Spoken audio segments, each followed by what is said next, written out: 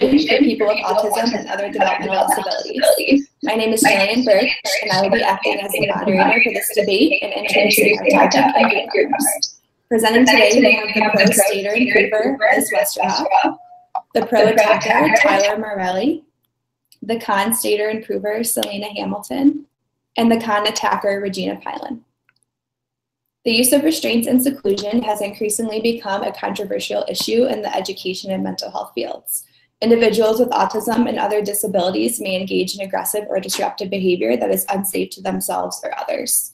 These behaviors often yield extreme measures, such as restraints and seclusion. LaBelle et al. 2012 provide us with definitions of restraint and seclusion.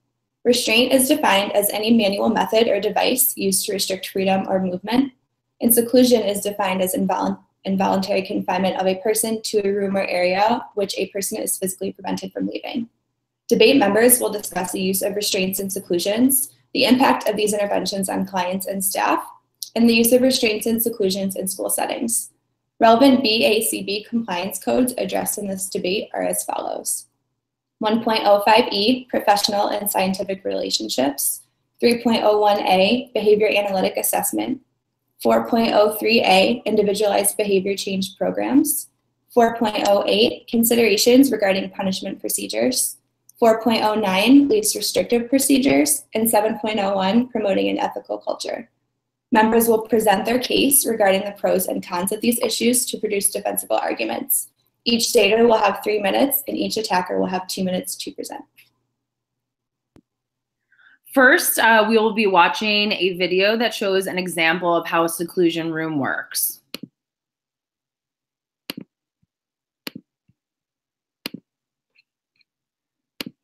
So if a child is in crisis, they're in the room, the adult has full eyes. You never want a room so big that you can't ever see where the child is. And you have to, in our guidelines, the adult must have eyes on the child at all times. And you can hold this closed. But this latch here will secure the door so that if the child's pushing on the door here, that the door's not then opening up on the adult on the other side. But it also ensures that the adult remains standing here with full eyes on the child to make sure that that child is safe. If you release it and go someplace else, the child is allowed to come out, which is a good thing.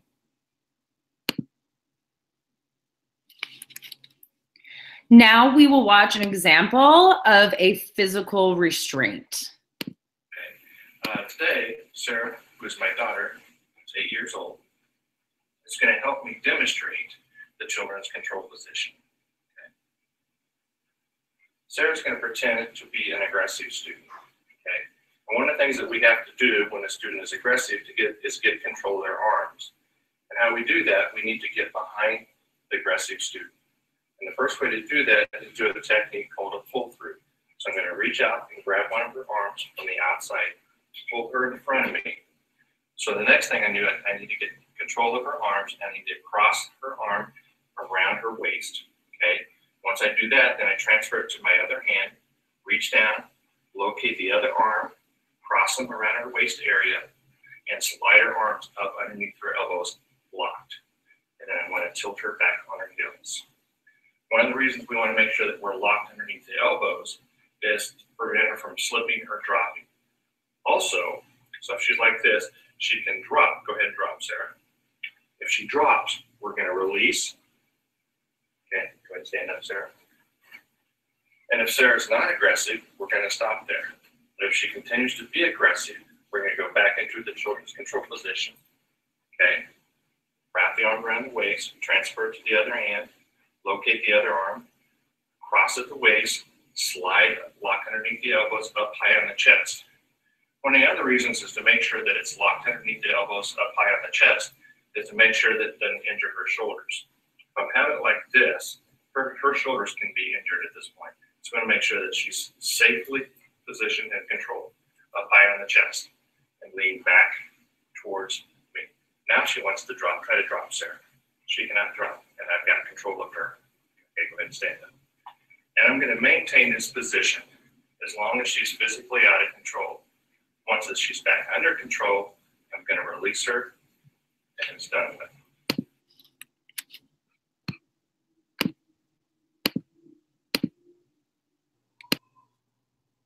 Liz will begin our discussion on the use of restraints and seclusions.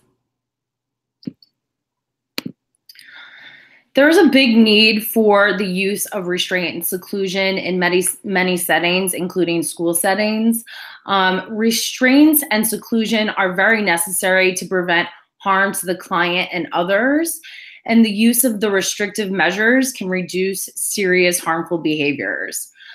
Using restraints and seclusion can prevent injury to clients and others, such as staff and peers.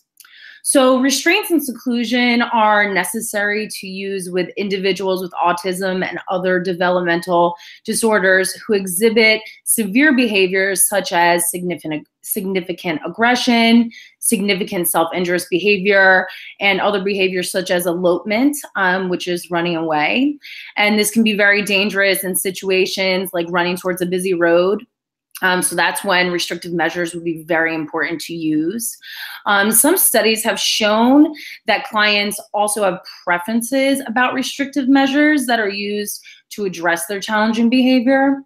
Research by Fisher in 1994 found that seclusion poses less of a threat of harm to clients than physical restraints. And there's also some other positives related to using restraint and seclusion that people might not think of traditionally. For example, physical restraints and seclusion can decrease the use of medications. Medications are considered chemical restraints, but they can cause damage to the body over time. So using restraint and seclusion is a positive, eliminating the damage that can be done to the body from these medications. Also, the use of restrictive measures can result in calmness following challenging behavior. So ultimately, when addressing some of these severe behaviors, restraint and seclusion is necessary to ensure the safety to the client as well as others in their environment, such as staff and peers. Thank you, Liz. And up next, Selena will present her case.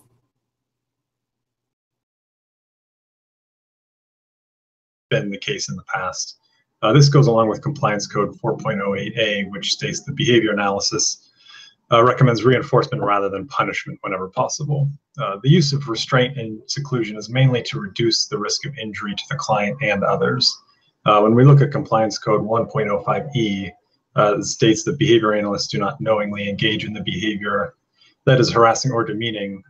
By following this, we can assume that the only use of restraints and seclusion being suggested by behavior analysts is for the good of the individual in crisis.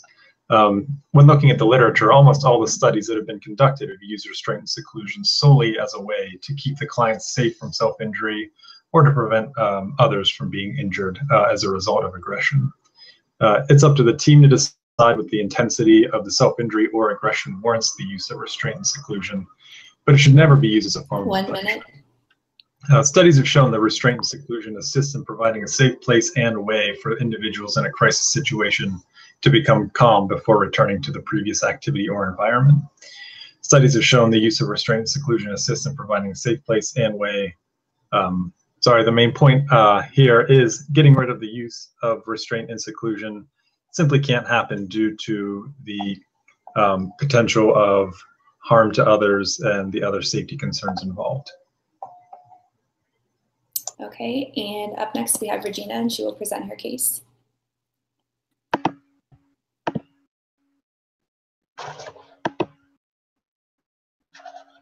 Positive approaches should be used to address challenging behavior rather than restraints and seclusion. It's important to remember that restraint and seclusion can intensify challenging behaviors. A study done by Witt in 2007 found that when restraints and seclusion are necessary to implement for safety reasoning, the use of effective crisis prevention and intervention training can reduce the likelihood of restrictive measures being implemented. Effective training can help staff work closer as a team. They think more creatively about using their approaches and have increased confidence in their ability to de-escalate situations using verbal skills. It's also important to redefine last resort and make sure restrictive measures are only being used when 100% necessary. Also, if clients are able to partake in the development of intervention plans, it helps them feel more involved in the planning process, and the clients were able to help pick best interventions for their needs. Also, when patients were more self-directed in calming themselves and managing aggressive feelings. It's important to keep in mind the ethical codes of the pursuit of excellence, treating others with care and compassion, and accepting accountability. Behavior analysts should always be in line with the ethical codes 4.09 to recommend the least restrictive procedures that are deemed effective for that individual. Behavior analysts should also adhere to code 4.08, considerations regarding punishment procedures, and prioritize the inclusion of reinforcement-based procedures before using punishment procedures, along with effective training, supervision, and oversight. Now, Liz and Selena will each provide a final statement regarding this issue. To piggyback off, obviously people implementing restraint and seclusion need to adhere to the ethical guidelines and compliance codes. But again, it's being used to address severe challenging behavior, and it is being used as a last resort. And in those situations, the need for restraint and seclusion is there for safety reasons for the clients and others such as staff and peers. Restrictive measures have shown a reduction in psychological stressors and injury to clients. Also, the use of restraint and seclusion can lead to a reduction in agitation and prevent injury, as found in research by Fisher in 1994. Also, in research by Vishvanek and his colleagues in 2013, they found that anxiety and fear levels can be lessened with the use of seclusion and restraint.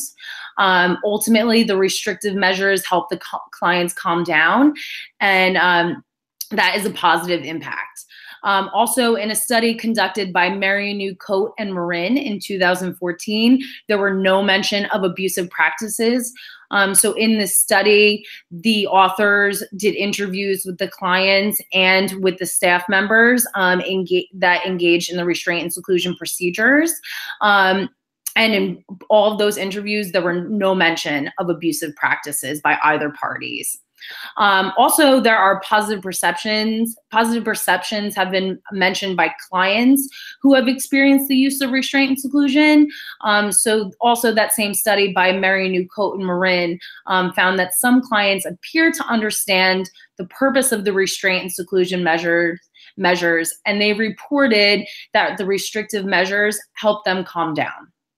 Also, staff who participated in this study also thought that their clients understood the use of the restrictive measures. There's also a positive impact on staff perceptions that have been reported in research studies. Some staff members have reported feeling reassured due to the reduced risk of aggression, and others reported feeling safer. Injuries to clients is obviously a major concern when it comes to restrictive measures, but only 2 staff members mentioned witnessing injuries to clients as a result of the restraints in that study by Marianu, Coate, and Marin. Also, the use of a mechanical restraint with a client to prevent aggressive behavior increased the frequency of contact between the staff member and the client. So the staff member reported this as a positive impact for the use of the restraints. Other staff members also felt that restrictive measures can have positive impact on the relationships with clients if a debriefing protocol is implemented after the use of the restraint and the seclusion.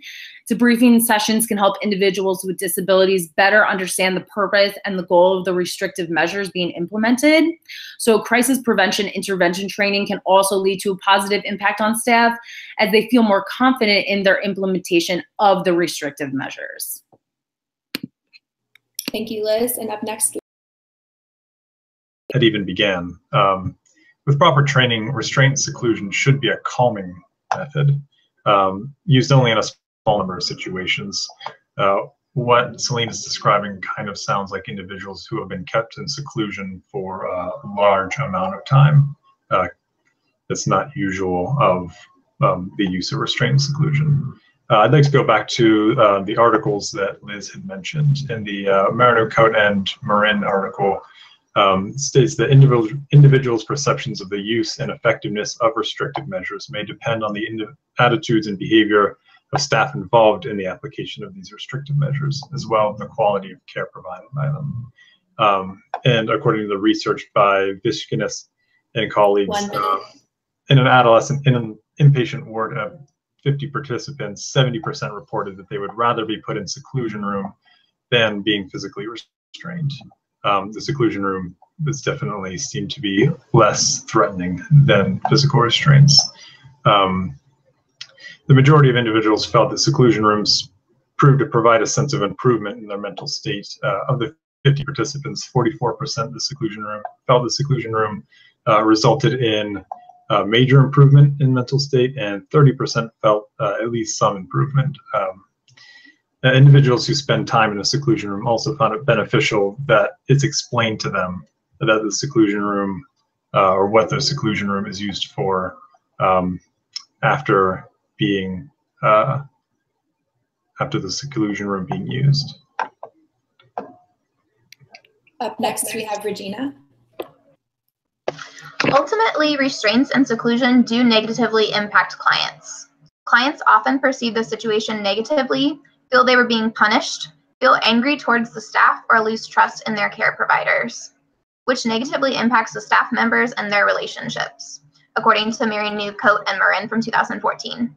As we discussed, clients have preferences for less restrictive and alternative interventions, which they believe will help with their behavior.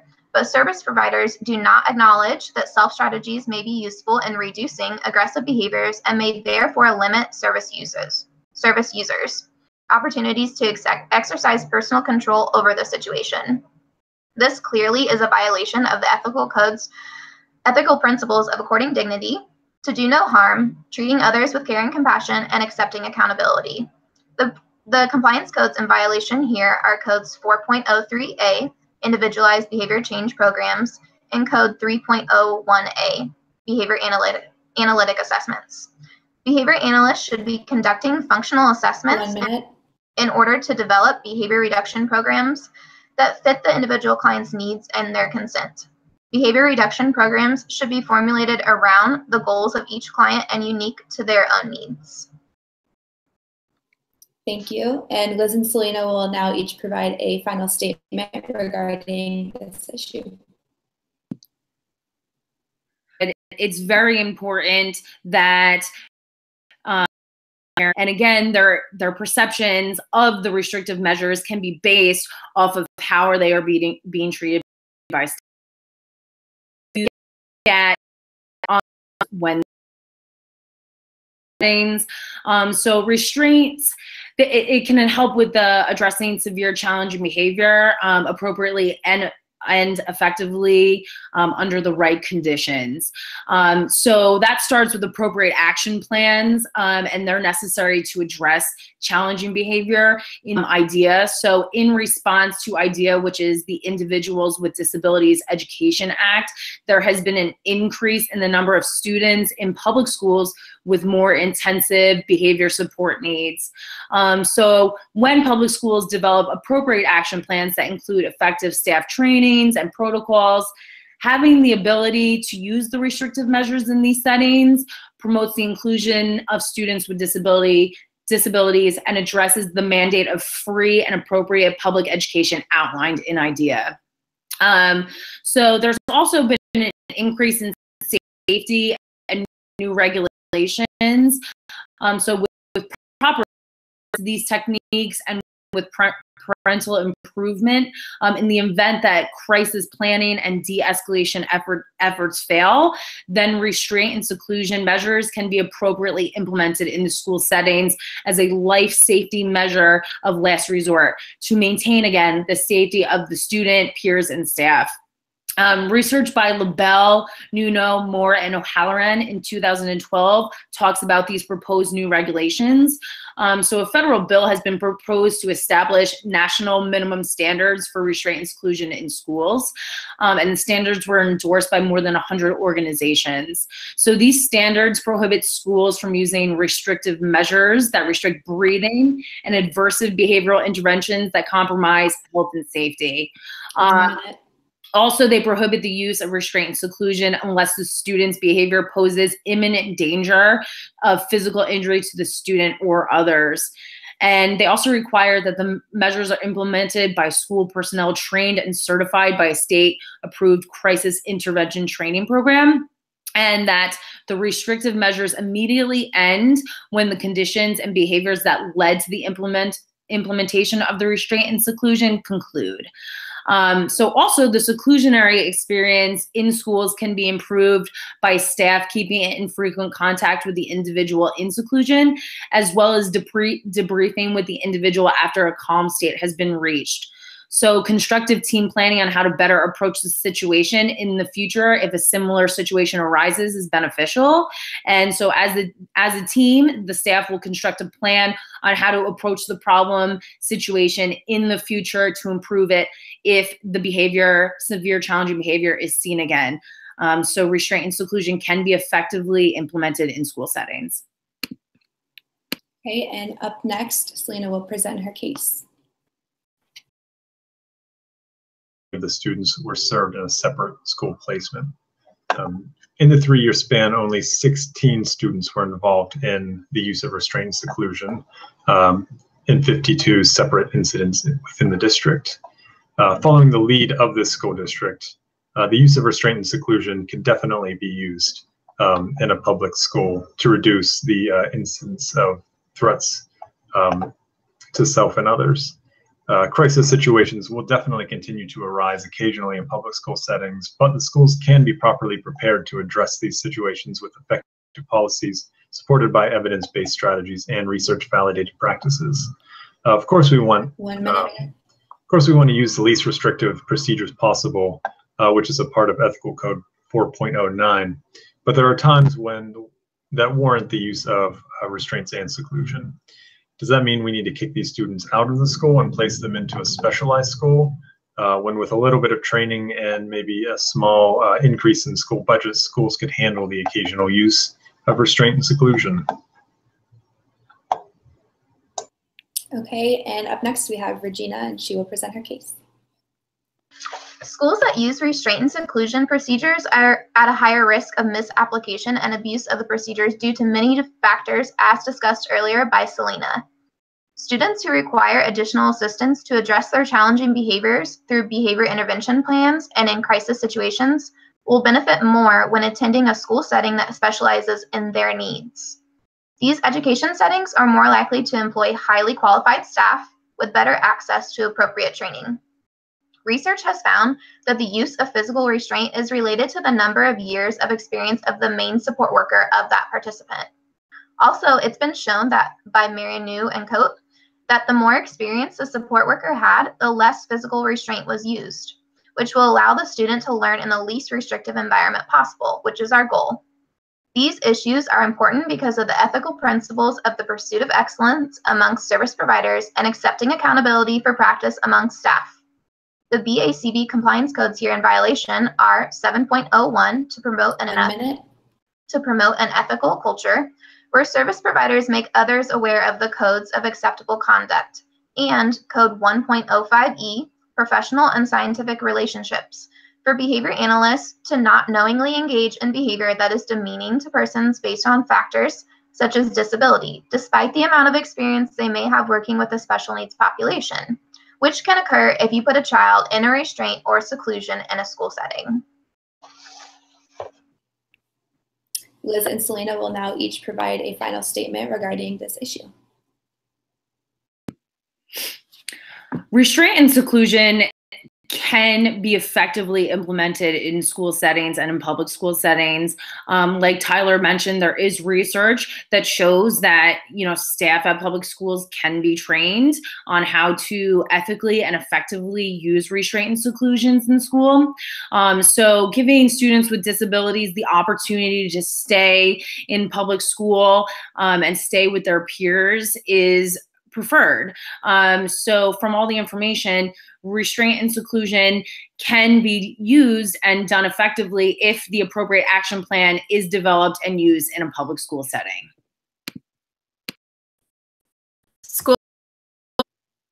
And controversial, we were just talking about this moments ago, school seclusion space. Yeah, tomorrow a big decision is going to be made on using these type of rooms in Ohio schools anyway. And some districts like Cincinnati don't have these at all. Others, though, as News Source John London found out tonight, they swear by them.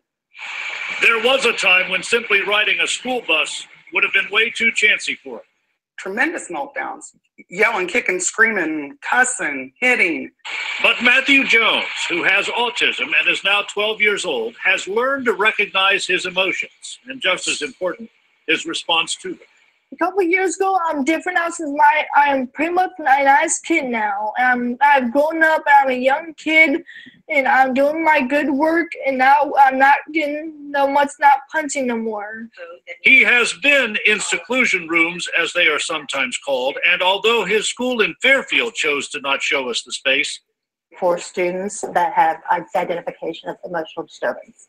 The Lakota district believes transparency is needed in the discussion about what critics call solitary.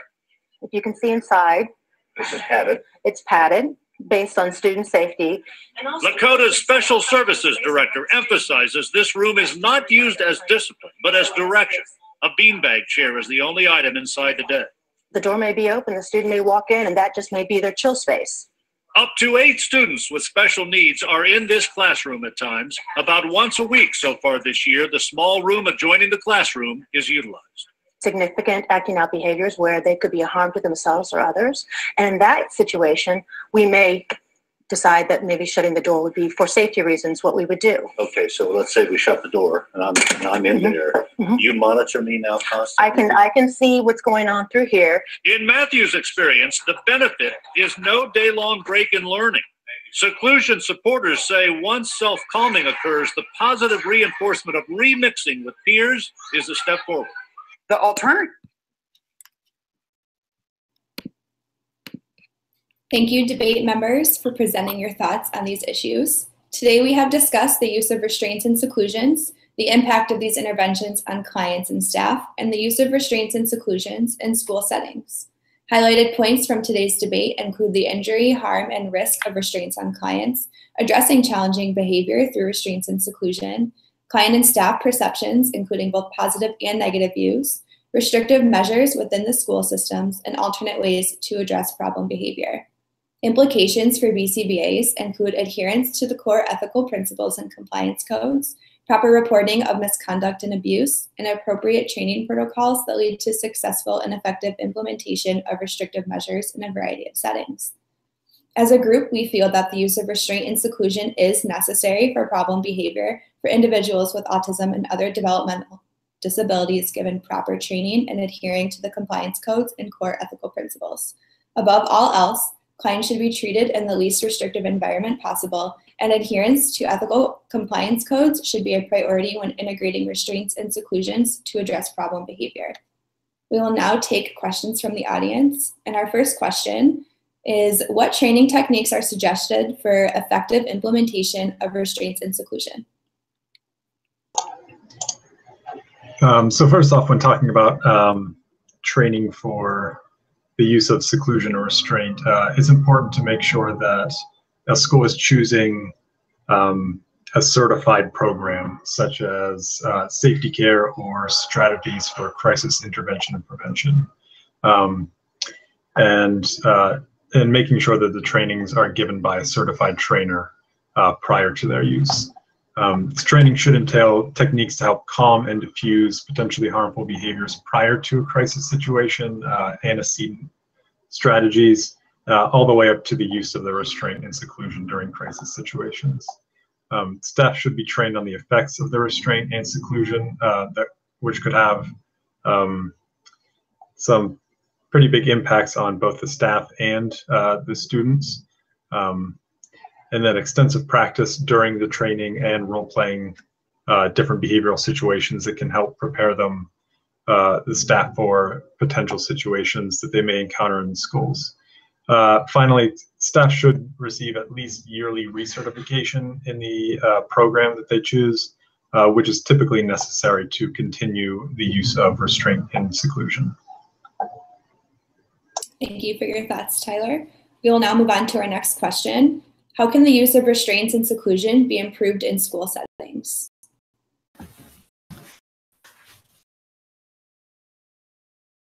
And would you recommend its use in the same situation in the future?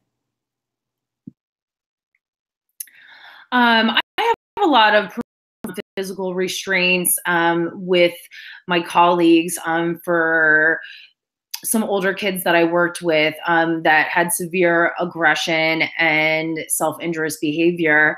I would say when it was used as a crisis, in a crisis situation, it was a positive experience because we were keeping the students safe, we were keeping the other students safe, and we were keeping ourselves safe.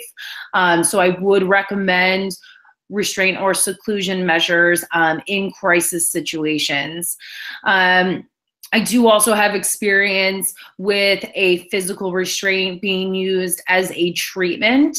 It was a standing basket hold that could sometimes turn to a sitting basket hold. This was a negative situation, so a functional analysis was done of the student's behavior, and it was inconclusive.